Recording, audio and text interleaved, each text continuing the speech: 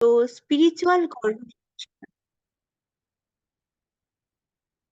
Spiritual গর্ভ সংস্কার তো এই বিষয়টা নিয়ে আমরা অনেকদিন ধরেই বিভিন্ন রকমের সেশন হচ্ছে, বিভিন্ন কিছু শুনছি এবং অনেকগুলো টপিক ক্লিয়ার হয়েছে, অনেকের অনেক রকমের কনফিউশন ছিল সেগুলো ক্লিয়ার হয়েছে। তো আমরা যদি একটু স্পিরিচুয়াল সাইডে যাই বা যেটাই আছে না কেন, তো সেখানে অনেক সময় কিন্তু দেখা যায় যে সবকিছুর একটা মানে ইন্ডিয়ান ক্লাসিক্যাল মিউজিকের কি হিস্ট্রি আছে, তো কি হিস্ট্রি আছে পেছনে সেটা কিন্তু দেখা যায়। তো স্পিরিচুয়াল গর্ভ সংস্কার এই বিষয়টাতে ইতিহাসে কি স্পিরিচুয়ালিটির কোনো স্পিরিচুয়াল গর্ভ সংস্কারের নিদর্শন কি কি পাওয়া গেছে, বা সেটা কিরকম ভাবে আজকে গর্ভ সংস্কারের ক্ষেত্রে কার্যকরী হয়ে উঠেছে, সেই বিষয়টা নিয়ে যদি আজকে আলোচনা। একদম। সবাইকে নমস্কার। এই গর্ভ সংস্কার বিষয়টা মানে আমি রিসেন্টলি মানে এটা যখন আমি কাউকে বলতে যাচ্ছি তখন মানে এরকমটা হচ্ছে যে আচ্ছা, এখন তো নতুন নতুন অনেক কিছু বেরিয়ে গেছে। ঠিক আছে, অনেক কিছু নতুন নতুন বেরোচ্ছে, কত কিছু যে বের করবে জানি না বাপু। কিন্তু এই বিষয়টা সত্যি অনেক প্রাচীন। সেটার নিদর্শন আজকে আমরা যাদেরই নাম শুনছি, সেটা স্পিরিচুয়ালিটির থেকে হতে পারে, বা কোনো সায়েন্টিস্ট হতে পারে, বা কোনো ভালো শূরবীর যোদ্ধা হতে পারে। সমস্ত ক্ষেত্রেই কিন্তু আমি যদি বলি সেটা হচ্ছে গর্ভ সংস্কারের ফলাফল। হ্যাঁ, গর্ভ সংস্কার সবভাবেই হয়। সঠিক গর্ভ সংস্কার হয় এবং বেঠিক গর্ভ সংস্কারও কিন্তু হয়। হ্যাঁ, তার জন্য এই গর্ভ সংস্কার বিষয়টা কিন্তু জেনে নেওয়াটা খুব দরকার। এবার তুমি যেটা বলতে চাইছো যে প্রাচীন নিদর্শন, সেখানে আমি যদি সবার আগে বলি, তো ভালো বেস্ট আইডিয়াল মানে মা এবং তার পুত্রের সম্পর্ক যদি বলতে চাই, তো সবার আগে কিন্তু উম মানে চোখের সামনে ভেসে ওঠে সেই কৃষ্ণের কথা।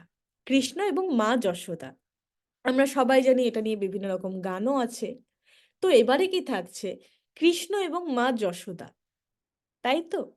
এবারে কৃষ্ণের জন্মটা যদি আমি দেখি, সেখানে দেখতে হয় সে তো মানব জন্মই নিয়েছিলেন, তারও তো 9 মাসই তো মায়ের গর্ভে থাকতে হয়েছিল। এবারে যদি আমরা দেখি দেবকী আর বাসুদেব, তাদের কি পরিস্থিতি পরিস্থিতি ছিল, কি অ্যাটমসফিয়ার ছিল। আমরা বলি যে অ্যাটমসফিয়ারটাও খুব এফেক্ট করে। এবারে দেবকী আর বাসুদেব, তাদের ক্ষেত্রে তাদের 7টা পুত্রকে কংস বধ করেছে, 7টা পুত্র সন্তান। এবং তারপরে তারা কি চাইতে পারে? তারপরে তো তারা এটাই চাইবে যে এই দুষ্টের দমন হোক এবং যারা ভালো তাদের রক্ষা করা বা তাদেরকে সঠিক পথে নিয়ে আসুক, এরকম একটা সন্তানের আগমন। ঠিক সেইভাবে তাদের কতটা ডিপলি আমরা ভালো করে জানি, যারা একটু ভালো রিসার্চ করেছি বা এগুলো নিয়ে জানি, তো দেবকীর যে সপ্তম গর্ভ ছিল, অ্যাকচুয়ালি 6টা সন্তানকে কংস বধ করেছিল। সপ্তম গর্ভ কি হয়েছিল? আরেকজনের গর্ভ, মানে ওটা বিশেষ পদ্ধতিতে সেটাতে মানে অন্যের গর্ভে দেওয়া হয়েছিল, মানে সেটার থেকেই হচ্ছে বলরামের জন্ম হয়েছিল। যাই হোক, দেবকী ভেবেছিল তার গর্ভপাত হয়েছে। তো যাই হোক, এবারে মানে তখনও কিন্তু দেবকী মনে প্রাণে চেয়েছিল যে যেন আমার সন্তানকে এই কারাগারে না থাকতে হয়। এবং তারপরে কৃষ্ণের যখন জন্ম হয় তখনও তারা কিন্তু তাকে সেখান থেকে বের করে দেয়, মানে বৃন্দাবনে, সরি, গোকুলে পাঠিয়ে দেওয়া হয়। তো এবারে মানে আরেকটা কথা বলা হয় কৃষ্ণের জন্মের ক্ষেত্রে বিভিন্ন রকম গর্ভস্তুতি থাকে। হ্যাঁ, তো একটা শ্রীকৃষ্ণ গর্ভস্তুতি এরকম একটা থাকে। তো এবারে বলা হয় যে সেটা নাকি দেবতারা পাঠ করেছিলেন। কিন্তু আজকের দিনে যদি আমরা যদি সায়েন্টিফিক্যালি যদি দেখি, তাহলে একটা জিনিস বলা হয় যে যখন তুমি কোনো কিছু একদম মনে প্রাণে চাও, তখন টোটাল হোল ইউনিভার্স তোমাকে সেটা দেওয়ার জন্য প্রস্তুত হয়ে যায়। মানে তারা সেটাকে মানে কি বলবো, যারা ল অফ অ্যাট্রাকশন নিয়ে কাজ করে তারা জানেন যে ইউনিভার্স সেই আলাদিনের চিরাগ যেরকম ছিল, সেই জিন যেরকম ছিল, যে হুকুম মেরে আঁকা, ঠিক সেরকম বিভিন্ন ডায়লগসও আছে कि अगर किसी चीज को सच्चे दिल से चाहते हो तो पूरी कायनात उसे तुमसे मिलाने की साजिश में लग जाती है। ঠিক সেভাবেই সেই শ্রীকৃষ্ণ গর্ভস্তুতি, তো এটাও কিন্তু এই প্রাচীন নিদর্শনটা কিন্তু পাওয়া যায়। এবং শ্রীকৃষ্ণকে যদি আমি দেখি, তো তার কি ছিল, তার অরা বডিটা, তার এনার্জি বডি এত স্ট্রং ছিল। তার মানে তার কাছেই কোনো দৈত্য দানব কোনো কিছু, এখানে দৈত্য দানব দেওয়া হয়েছে, মানে কোনো নেগেটিভ এলিমেন্টস তার কাছে আসতে পারতো না। সে এতটা স্ট্রং হয়েছিল। এবারে কি হচ্ছে, এবারে মানে এখানে দেখানো হচ্ছে যে মা বাবার সেই চাওয়াটা, সেটা কতটা পাওয়ারফুল ছিল। ঠিক এরকমই নিদর্শন পাওয়া যায় কিন্তু, মানে এক্ষেত্রে কি থাকছে, বিপরীত পরিস্থিতি। মানে কারাগারের মধ্যে একজন ডিভাইন সোলের আগমন হয়েছে। ঠিক এরকমই বিপরীত পরিস্থিতিতে কিন্তু আগমন হয়েছিল কার, যদি বলি, ছত্রপতি শিবাজী মহারাজের। কেমন, মোঘলদের অ্যাটাক হচ্ছে, তার পরিবারের লোকজনদেরকে বন্দি করে নিচ্ছে, সেই রকম বিপরীত মানে বিপরীতধর্মী পরিবেশে সেরকম একজন শূরবীর যোদ্ধার জন্ম। ভীতুও তো একজন জন্ম হতে পারতো, একজন ভীতু বালকের, কিন্তু না। মাতা জিজাবাই কি বলেছিল, যে যদি মেয়ে হয় তো মা ভবানী, যদি ছেলে হয় তো শিব জ্যাসা। ঠিক এইভাবে সেই রকম তাকে গল্প শোনানোর থেকে শুরু করে, সেইভাবে তৈরি করা, হিন্দু স্বরাজ প্রতিষ্ঠা করার থেকে শুরু করে, এগুলো অনেক কিছু কিন্তু ছত্রপতি শিবাজী মহারাজ করতে পেরেছিলেন। এবং আজও মাতা জিজাবাই এবং ছত্রপতি শিবাজী মহারাজ, তাদের নাম কিন্তু আজও মহারাষ্ট্রে শোনা যায়। মহারাষ্ট্রে কেন, শুনলেই গায়ে লোম দাঁড়িয়ে যায়। মানে এরকম সন্তানের কিন্তু জন্ম হয়েছিল। মানে বিপরীত পরিবেশেও যদি মা যদি ফোকাস থাকে, তাহলে কিন্তু সম্ভব সেরকম ডিভাইন সোলের আগমন। এবং ছত্রপতি শিবাজী মহারাজ কিরকম ডিভাইন সোল ছিলেন, সেটা তো আমরা জানি। ডিভাইন সোল মানে শুধুমাত্র তিনি সন্ন্যাস হবেন বা নতুন কোনো ধর্মের প্রবর্তন করবে, এমনটা কিন্তু না। ডিভাইন সোল মানে এর থেকে আরো অনেক উচ্চ চেতনার সন্তান বোঝায়। নিম্ন চেতনার সন্তান কি, যেরকম ওসামা বিন লাদেন যদি বলি, এই সমস্ত লোকেরা। তো এবারে আরো যদি আমি বলি, এগুলো অনেক নিদর্শন পাওয়া যায় যে বিপরীত পরিবেশে, মানে অনুকূল পরিবেশ ছিল না তাদের কাছে, তাদের মায়েদের কাছে। যেরকম যদি বলি যে অভিমন্যু, অভিমন্যু না, আহ শকুন্তলার ক্ষেত্রে রাজা দুষ্মন্ত চিনতে পারছেন না তাকে, এবং শকুন্তলা গর্ভবতী। তখন কি হয়েছিল, সেই বিপরীত ধর্মী পরিবেশেই কিন্তু শকুন্তলা তার ফুল ফোকাস তার গর্ভস্থ শিশুকে দিয়েছিলেন। এবং সেই শিশু ভরত কি করেছিলেন, ভরত ছোট থেকে বাঘ, সিংহে এদের ছানাদের সাথে কিন্তু খেলে খেলে বড় হয়েছিল। তো এইভাবে ঘটেছিল জিনিসগুলো। তো এবারে মানে কতটা ফোকাস থাকতে হচ্ছে মাকে, এই জিনিসগুলো না অনেক দিন আগের থেকেই ছিল, বহুদিন আগের থেকে। কিন্তু এগুলো কিছু কিছু ঋষিরা জানতেন, এবং রাজাদের সন্তানেরা রাজা যারা থাকতেন, তারা জানতেন এগুলো। এগুলো পাবলিকালি কখনো আসেনি, এবং এলেও খুব স্বল্প মাত্রায় এসছে। এগুলো মানে যদি বলি, হিন্দিতে একটা কথা বলে পিঁড়ি দর পিঁড়ি, মানে বংশানুক্রমে এগুলো বড়দের কাছ থেকে এগুলো ট্রান্সফার হয়।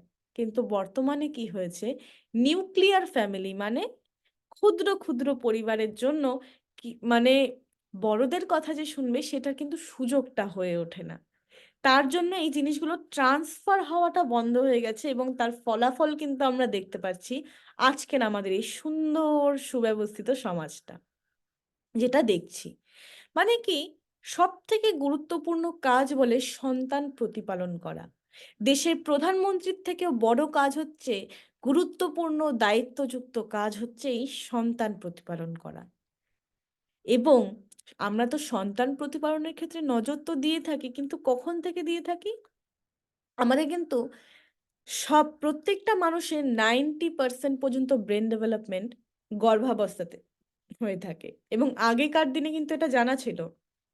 তার জন্য হয়তো সন্তানদেরকে সারা জীবনে হয়তো বা কোনোবার হয়তো সেই গীতা বলি বা সেরকম ভালো গল্প বলি, ধর্মকর্ম বলি, সেগুলো না করালেও গর্ভাবস্থায় কিন্তু আমাদের আগের থেকে বিভিন্ন রকম রিচুয়ালস থাকতো।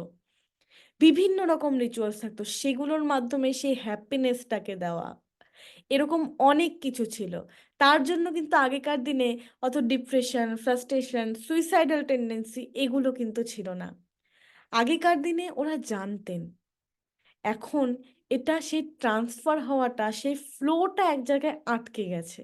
নইলে আগেকার দিনে এরকম গর্ভসংস্কার শেখার জন্য কিন্তু বাইরে যেতে হতো না। এটুকুই। এবারে আশা করছি আমি তোমার উত্তরটা দিতে পেরেছি কথা। তোমার যদি নেক্সট কিছু প্রশ্ন থাকে তুমি বলতে পারো। একদম। তো সেটাই আমাদের অনেক কিছু ক্লিয়ার হলো যে আহ ঐতিহাসিক নিদর্শন যেটা আছে সেটা কি, এবং আমরা কিন্তু এই জিনিসগুলোর থেকে ইন্সপায়ার হই, খুব ইন্সপায়ার হই। এবং যে জিনিসটা বললে তুমি, যে অনেক সময় সত্যিই গায়ের লোম দাঁড়িয়ে যায় যখন বললে যে যদি মেয়ে হয় তাহলে মাতা ভবানী, যদি ছেলে হয় তাহলে শিবের মতন, শিব যেরকম ঠিক সেরকম। তো এগুলো না, মানে কিছু কিছু লৌকিক সংস্কার ছিল, তো সেখান থেকে কিন্তু এগুলো উঠে এসেছে এবং এগুলো কিন্তু এখনো চলছে। তো এই সংস্কার, সেই সংস্কার নিয়ে যদি তুমি কিছু বলো। একদম। সংস্কার নিয়ে যদি বলি, তাহলে আগেকার দিনে কিন্তু এখন যেরকম একদম শুরুর থেকে বলছি আমি, মানে কনজুগাল লাইফটা শুরুর থেকে, তার আগে তো প্রচুর সংস্কার হয়ে থাকে। তো যাই হোক, কনজুগাল লাইফে কিন্তু এখন কি হচ্ছে, সূচনাটা কিভাবে হচ্ছে, বিয়ে। বেশিরভাগ ক্ষেত্রে বিয়েটা হয়ে যাচ্ছে কি রেজিস্ট্রি ম্যারেজ, রেজিস্ট্রি করো। বিয়ের দিন কি থাকছে, না অত উপোস টুপোস থাকতে পারবো না বাপু, এরকম অনেক কিছু ঘটে যাচ্ছে। বন্ধু বান্ধব বা অনেক ক্ষেত্রে বিশেষ করে হিন্দি বেল্টে মাঝে সাঝে দেখা যায়, আমি শুধু হিন্দি বেল্টে বলেই বলছি না, কি মদ খেয়ে আসছে বর বিয়ে করতে, বা তার বন্ধু বান্ধবরা মদ দারু এ সমস্ত কিছু খেয়ে আছে, চামড়ার বেল্ট পরে হয়তো সেই যেখানে বিয়ে হচ্ছে সেই জায়গাটা এসে দাঁড়িয়ে আছে। মানে বিয়েটা যেন একটা ফুর্তি করার জায়গা। আগেকার দিনে কিন্তু এটা হতো না। আগেকার দিনে খুব নিষ্ঠার সাথে এই সমস্ত কিছু কিন্তু পালন করা হতো। এটা একটা নতুন জীবনের সূচনা। কিছু কিছু ক্ষেত্রে দেখা যায় যে বিয়ে হচ্ছে, কার সাথে বিয়ে হচ্ছে, হাত বাজছে, এদিকে বন্ধুর সাথে কথা বলে যাচ্ছে, মেয়ে এদিকে অন্য কিছু হয়ে যাচ্ছে, ওইদিকে হয়তো টিফিন কেউ পায়নি সেই নিয়ে ঝামেলা হচ্ছে, মানে আদার্স জিনিস নিয়ে আটকে গেছে, আসল জিনিসটাতে কিছু নেই। সকালবেলা মানে আমরা সেই ফোকাসটার থেকে সরে আসছি। আগেকার দিনে কি হতো, বিবাহ, সেই বিয়েটা খুব সুন্দর করে রিচুয়ালিস্টিক করে, মানে আনন্দের সাথে সেই মানে একটা নতুন জীবনে পদার্পণ করা, এবং বিবাহর উদ্দেশ্য, সেটার মানে বলা হতো পতি পরমেশ্বর। পতি পরমেশ্বর এটা আমরা এখনো জানি কিন্তু মানি না, কারণ সেটার আমরা কারণটাই জানি না যে কেন বলা হতো। বিবাহের প্রথম শর্তই ছিল প্রেম। বিবাহে যেন প্রেম থাকে, এবং দুজন যুবক যুবতী যখন এই সম্পর্কের মধ্যে আবিষ্ট হচ্ছে, আমরা সবাই জানি যে আমাদের কিছু কিছু ক্ষেত্রে ফিজিক্যাল নিডটা থাকে এবং সবার থাকে। তো সেই সময় সবার ভেতর থেকে একটা আলাদা রকম এনার্জি আসে, বিশেষ করে মেল ফিমেল, তারা দুজন এক হবে। তো সেই সময় কামনা বাসনার রিলেশনটা, মানে তাদের নতুন লাইফে পদার্পণটা যেন কামনা বাসনার না হয়, একটা পবিত্র সম্পর্ক হয়, একটা ডিভাইন একটা রিলেশন যেন তৈরি হয়। তো সেটা কি করে তৈরি হওয়া সম্ভব, এবং আগেকার দিনে তার জন্য এত সুন্দর রেসপেক্ট থাকতো কিন্তু রিলেশনে, রেসপেক্ট রিলেশনে থাকতো। তবে আগেকার দিন বলতে অনেকে মনে করতে পারে, আহ, এটা আমি বলছি কারণ একটা সময় আমারও ধারণা ছিল এমনটা, যে আগেকার দিনে কি ছিল, আহ সব সময় রেসপেক্ট করা একজন আরেকজনকে, না, দুজন দুজনকে তখন রেসপেক্ট ছিল। ব্যতিক্রম তো এখনকার দিনে সমাজেও আছে, তখনকার দিনেও ব্যতিক্রম অবশ্যই ছিল, কিন্তু কম ছিল। এবারে কি ছিল, সেই রিলেশনশিপে যে 7 পা ঘোরা, সেই 7টা প্রমিস কি কি, সেই সমস্ত কিছুর মানে কিন্তু বলা হতো, কারণ তাদের শিক্ষা সংস্কার সেরকম থাকতো। সেটার পরে কি ছিল, বিবাহ সংস্কার। তারপর হচ্ছে আগে এক প্রকার অনুমতি সংস্কার, মানে গর্ভাধান সংস্কার আগে একটা সংস্কার হতো। সেই সংস্কারটা বলতে গেলে ওটা গর্ভাধান সংস্কারই আই থিঙ্ক বলে, আমার এই মুহূর্তে ঠিক মনে পড়ছে না, যাই হোক, এক প্রকার অনুমতি নেওয়া হতো। সেটার পরে গর্ভাধান হতো, মানে গর্ভধারণ করতো মা। এবং তারপরেও বিভিন্ন রকম সংস্কার থাকতো, যেরকম পুংসাবন সংস্কার থাকতো, এবং এই সমস্ত কিছুতে না মানে এক প্রকার উৎসব থাকতো, এবং ঘরের তৈরি মিষ্টি, আশেপাশের লোকজন, এবং মিষ্টিগুলো এমন এমন থাকতো, হয়তো গোন্দের লাড্ডু আছে, ড্রাই ফ্রুটস যেগুলো আছে সেগুলোর লাড্ডু, ভালো করে ক্ষীর বানানো, ক্ষীর বলতে পায়েসও হতে পারতো, ক্ষীর, ড্রাই ফ্রুটস দেওয়া, ঘি দিয়ে তৈরি খাবার, এরকম বিভিন্ন রকম জিনিস কিন্তু দেওয়া হতো। এবারে এই জিনিসগুলো না মিস হয়ে গেছে, এবং কি হতো, পাড়া প্রতিবেশী মানে তখনকার দিনে না এরকম ছিল না, শত্রুতা এতটা ছিল না সেরকম। অ্যাওয়াকেন্ট সোলরা আসতো, মানে খুব আনন্দে স্বাগত জানাতো নতুন সন্তানকে, নতুন অতিথিকে। সেরকম করে পুংসাবন সংস্কার হতো। তারপরে হচ্ছে আরেকটা সংস্কার হতো, মানে ওটা খুব কম লোকজন জানতো। আমরা যেরকম দ্রৌপদীর কথা জানি, তার ক্ষেত্রে কিন্তু শ্রেয়স সংস্কার করা হয়েছিল। এবং আমরা যদি রামের কথা বলি, তাদের ক্ষেত্রে কিন্তু পুংসাবন সংস্কারটা করা হয়েছিল, মানে এটা বলা হয়। তো এই জিনিসগুলো করা হতো। এবং মানে আগেকার দিনে এরকমটা হতো না, বলা হতো না যে পুত্র চাই, এবং তাদের ক্ষেত্রে পুত্রই হতো। তো সেগুলো না তাদের না জানা ছিল, এবং এটা খুব সায়েন্টিফিক ওয়েতে হতো, যে কিভাবে করলে সেই জিনিসটাই হবে, মানে ইচ্ছা মানে যেরকম সন্তান চায় ঠিক সেরকম সন্তানটা হবে, সেইগুলো নলেজ দেওয়া হতো। তারপরে থাকতো কি, তারপরে থাকতো সীমন্তন্য সংস্কার, সেটা এখনো প্রচলিত আছে, তবে শহর এলাকায় এখন অনেকটাই কমের প্রচলন। এখন ওটাকে সীমন্তন্য সংস্কার বলে না, অনেকে এটাকে বেবি শাওয়ার বলে। তো যাই হোক, মানে আমরা আসল রুটটার থেকে কিন্তু আমরা অনেকটা সরে এসেছি, এবং এই সব কটাতেই না খুব সায়েন্টিফিক ওয়েতে সবকিছু করা হতো। যেরকম পুংসাবন সংস্কার, এটা 3 মাসের মাথায় গিয়ে করা হতো, এবং আমরা জানি যে প্রেগনেন্সির শুরুর সময়টাতে কতটা মায়েদের ভমিটিং টেন্ডেন্সি থেকে শুরু করে শরীরে উইকনেস, এগুলো কিন্তু প্রচুর হয়। পুংসাবন সংস্কারে কিছু এমন বিশেষ হার্বস ইউজ করা হতো, আমরা সবাই এখন জানি অ্যারোমা থেরাপি, সেটা কিন্তু খুব প্রচলন হয়েছে। তো সেই অ্যারোমা থেরাপিটা ওয়ান কাইন্ড অফ হতো, কিরকম, এমন কিছু হার্বস দেওয়া হতো যজ্ঞতে, যেটার গন্ধটা, যেটা স্মেলটা, যিনি গর্ভবতী মহিলা যিনি আছেন সেই মায়ের নাক দিয়ে প্রবেশ করলে তার লাংটাকে মানে ভালো করবে। এবং কিছু হার্বস তাকে খাওয়ানো হতো, প্রথমে শোকানো হতো, তারপরে খাওয়ানো হতো। এতে কি হতো, ভমিটিং মানে পুংসাবন সংস্কার করলে ভমিটিং টেন্ডেন্সির সাথে সাথে চলে যায়। মানে এমনই কিছু হার্বস দেওয়া হতো, এবং সেই হার্বসটা 3 মাসের আগে দেওয়া যাবে না, পরে দেওয়া যেতে পারে, কিন্তু 3 মাসের আগে দেওয়া যাবে না, তাহলে কিন্তু মিসক্যারেজ হয়ে যাওয়ার চান্সটা থাকে। মানে এতটা সায়েন্টিফিক ওয়েতে জিনিসগুলো কিন্তু এগোতো। এবারে তারপরে কি ছিল, সীমন্তন্য সংস্কার, সেখানে কিছু কিছু ফল দেওয়া, এরকম মানে প্রত্যেকটা কিছুতে মাকে হ্যাপি রাখা, এবং মা হ্যাপি থাকলে বাচ্চা হ্যাপি থাকবে, সেটা মানে আগেকার দিনে বড়রা জানতেন, এবং এখনকার দিনেও বলেন যে রাগ করো না, স্ট্রেস নিও না, কিন্তু কি করা যাবে, লাইফস্টাইলটাই এমন।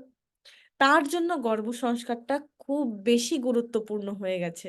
মানে এক প্রকার গর্ভ সংস্কার যদি বলি, থাকলে কি হয়, এক প্রকার হরমোনাল শাওয়ার হয়, মানে কিছু কিছু খুশি থাকলে কিছু কিছু পজিটিভ হরমোন ক্ষরণ হয় মায়ের মধ্যে, যেটা বেবির ব্রেন সেলস ডেভেলপমেন্টে কাজে লাগে তার জন্য। এবং যখনই মা স্ট্রেসড হয়ে যাচ্ছেন, তখন কি হচ্ছে, তখন সেটা গঠন করতে দেরি হচ্ছে। মানে সেই স্ট্রেস হরমোনটা যখন ক্ষরণ হচ্ছে, তখন ব্রেন সেলস গুলোকে ওপর দিকে যেতে বাধা দিয়ে দিচ্ছে। মস্তিষ্কের গঠন বা এতে স্ট্রেসড হলে বিকলাঙ্গ সন্তানেরও কিন্তু জন্ম হওয়ার চান্স অনেকটা বেড়ে যায়। তো তার জন্য আগেকার দিনে এই সমস্ত কিছু না, মানে মাকে সব ক্ষেত্রে খুশি রাখা, তার জন্যই এত রকম সংস্কার ছিল। এবং আগেকার দিনে না এই সমস্ত উৎসবকে খুব প্রাধান্য দেওয়া হতো। আমি কিন্তু মধ্যযুগীয় কথাটা কিন্তু বলছি না, আমি আগের কথা বলছি, যখন স্বর্ণময় যুগ ছিল, যখন মানে কি বলবো, যখন কৃষ্ণ, বুদ্ধ এরকম সন্তানেরা আসতেন, যখন ভারত সমৃদ্ধির শিখরে ছিল, সেই সময়কার কথা বলছি। এখনো যদি আমরা ভালো করে লক্ষ্য করি, কৃষ্ণ কার ঘরে হয়েছিল, রাজার ঘরে। তার পালন-পোষণ কোথায় হয়েছিল? গোকুলের রাজা, তার ঘরে। বুদ্ধ কার ঘরে এসেছিলেন? রাজার ঘরে। মহাবীর কার ঘরে এসেছিলেন? রাজার ঘরে। সমস্ত অ্যাওয়াকেন্ড সোল যাদের আমরা নাম শুনছি, ইনক্লুডিং জৈনদের তীর্থঙ্কররা যারা আছেন, তারাও কিন্তু রাজপুত্র ছিলেন। মানে কি? যখন সমৃদ্ধির শিখরে থাকে তখন কিন্তু সেই ডিভাইন সোলদের আগমন ঘটে। কেন? কারণ কি? মা বাবা সবাই জেনে গেছেন যে টাকা পয়সা এটা আসল না। তারা জেনে গেছে টাকা পয়সাটা কি জিনিস, তাদের ক্ষেত্রে চাই না। তারা যথেষ্ট জানে। এবার তারা হোয়াট নেক্সট?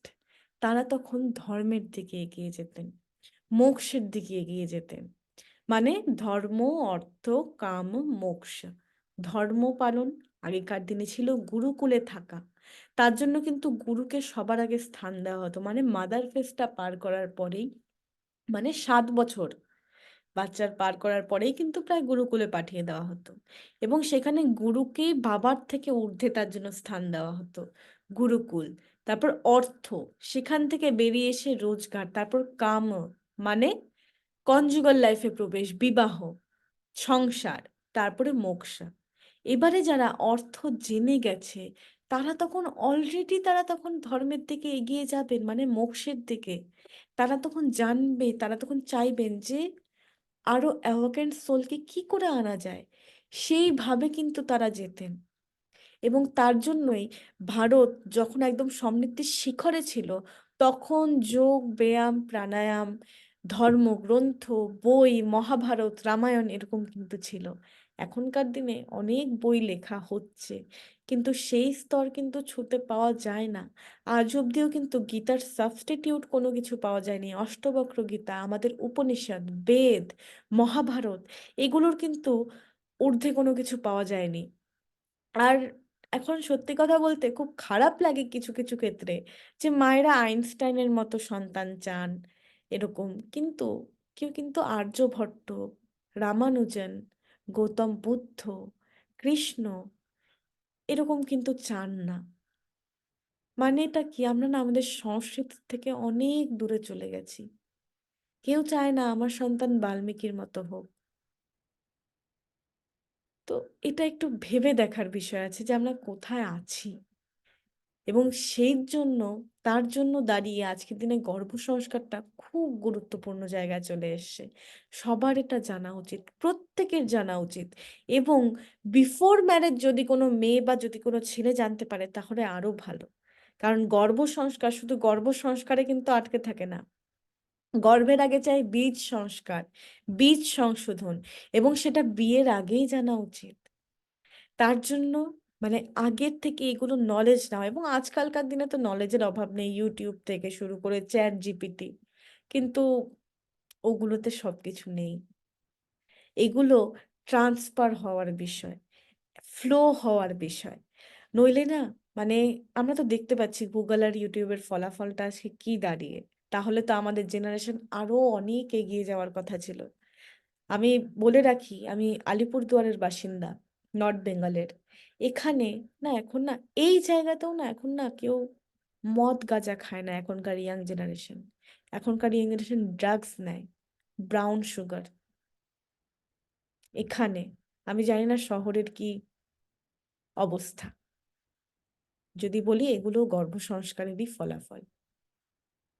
মা বাবা কি করছিল? বাচ্চা অশান্ত, মা কি করেছিল সেই 9 মাস? বাচ্চা স্ট্রেস, মা কি করেছিল? বাচ্চা অসুস্থ, বাবার হেলথ কেমন ছিল? বাচ্চা ডিস্টার্ব, বাচ্চা কথায় কথায় ভয় পায়, মা সে সময় কিরকম অ্যাটমসফিয়ারে ছিল? বাচ্চা বাবার সাথে মিশতে পারে না। বাবা প্রেগনেন্সির সময়, মা যখন প্রেগনেন্ট ছিল তখন বাবা কি করেছিল?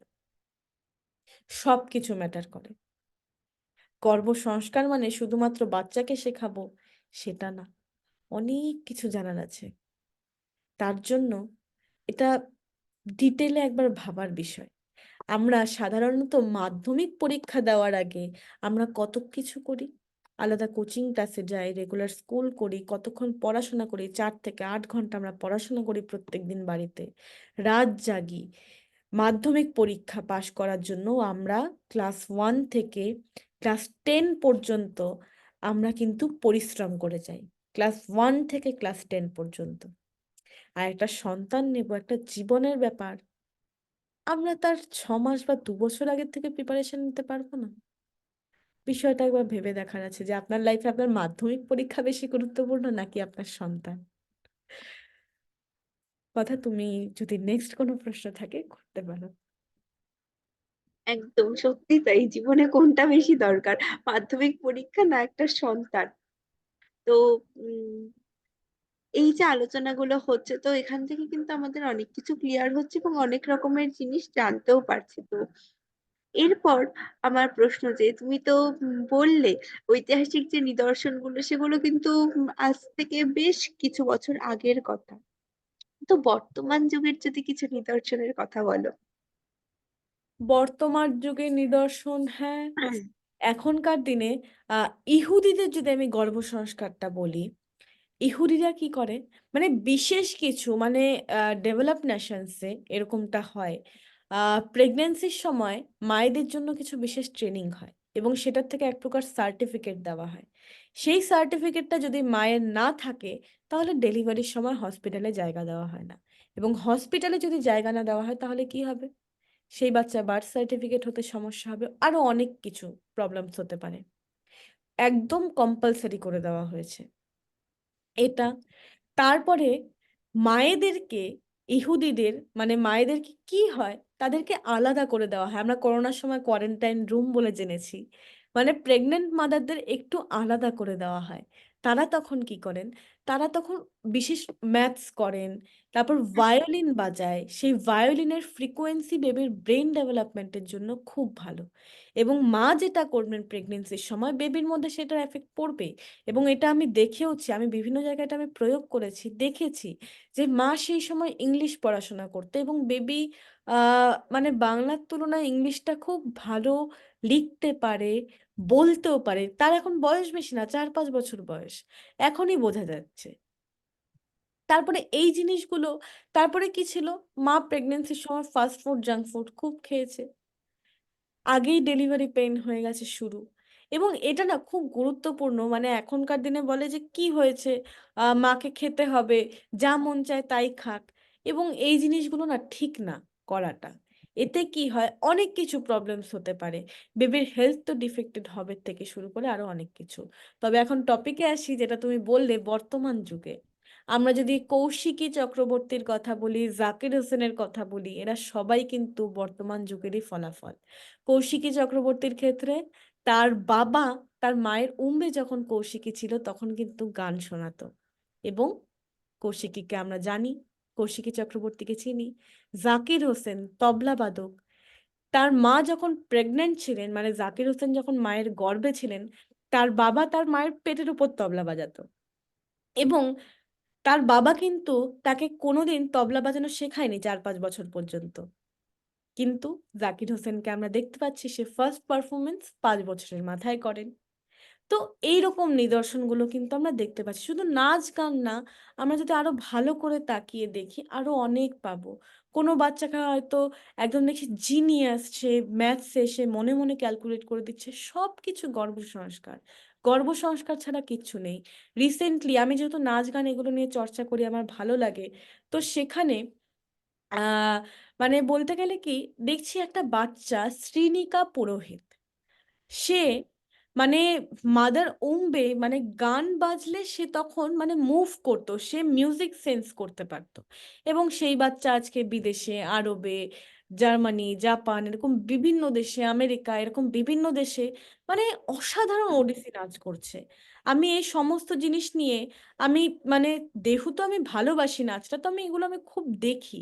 এবং আজ অব্দি আমি মানে অনেক ওডিসি ডান্স দেখেছি। কিন্তু সেই বাচ্চাটার মুখে যে গ্ল্যাম মানে সে বাচ্চাটা বলছে যে, "আমি তো ১ম নাচ করেছি আমার তখন ২ বছর ৯ মাস বয়স ছিল। আমি তখন ডায়াপার পরে স্টেজে উঠেছিলাম। আমার এটা মনে আছে। এবং আমাকে নাচ কেউ শেখায়নি। আমাকে কিছু, কিছু স্টেপ শুধু দেখিয়ে দিয়েছিল। আমি নাচ করেছি স্টেজে গিয়ে।" এবং তার এক্সপ্রেশন কি সেই ২ বছর ৯ মাস বয়সে। বলছে, "স্টেজ তো আমার জন্য একটা শুধুমাত্র প্লেগ্রাউন্ডের মতো।" আমার কিছু মনে হয় না। আমার কোনোদিনই ভয় লাগেনি। এবং রিসার্চে জানা গেছে তার মা তখন সেই নাচ গান করতেন এবং তার যে গ্র্যান্ড মা তিনিও নাচ করতেন। তো এই জিনিসগুলো যেটা বলে না যে মা যেটা করবে সেটা পায় বাচ্চারা, এগুলো বহু আগে প্রমাণিত হয়ে আছে। এখনো হয়তো সামনে আমি আনতে পারিনি বা আমার এখনো জানা শেষ হয়নি, জানার তো শেষ হয় না, কিন্তু এই নিদর্শনগুলো কিন্তু আমরা পাই আমাদের যদি ইতিহাসটা ঘাঁটি। তো অসংখ্য ধন্যবাদ এতগুলো পয়েন্ট শেয়ার করার জন্য, এবং কিছু কিছু কনফিউশন ছিল, আমাদের মনে হচ্ছে যে সে তো ঐতিহাসিক যুগে ঘটেছে, এই যুগে কি আছে, এরকমটা হয়তো অনেকের মনেই সেই ডাউটটা চলতো। সে ঐতিহাসিক যুগে কি বলে, সেই যুগে হয়তো অন্যরকম পরিবেশ ছিল, অন্যরকম অ্যাটমসফিয়ার ছিল, এখন তো সমস্ত পলিউশনে ভরে গেছে, কি করে এই জিনিয়াস সন্তান আসবে, এরকমটা হয়তো অনেকেরই মনে ছিল। তো এই যে জলজ্যান্ত উদাহরণগুলো আমরা পেলাম, তো এটা নিয়ে কিন্তু আমরা গুগলেও একটু সার্চ করতে পারি যদি মনে কোনো ডাউট থাকে। এবং তো তাহলেই আরেকটা কি বিষয় আমি বলে রাখতে চাই, যে আগামী বুধবার আমার একটি ফ্রি ওয়েবিনার আছে এই গর্ভ সংস্কার বিষয়ে।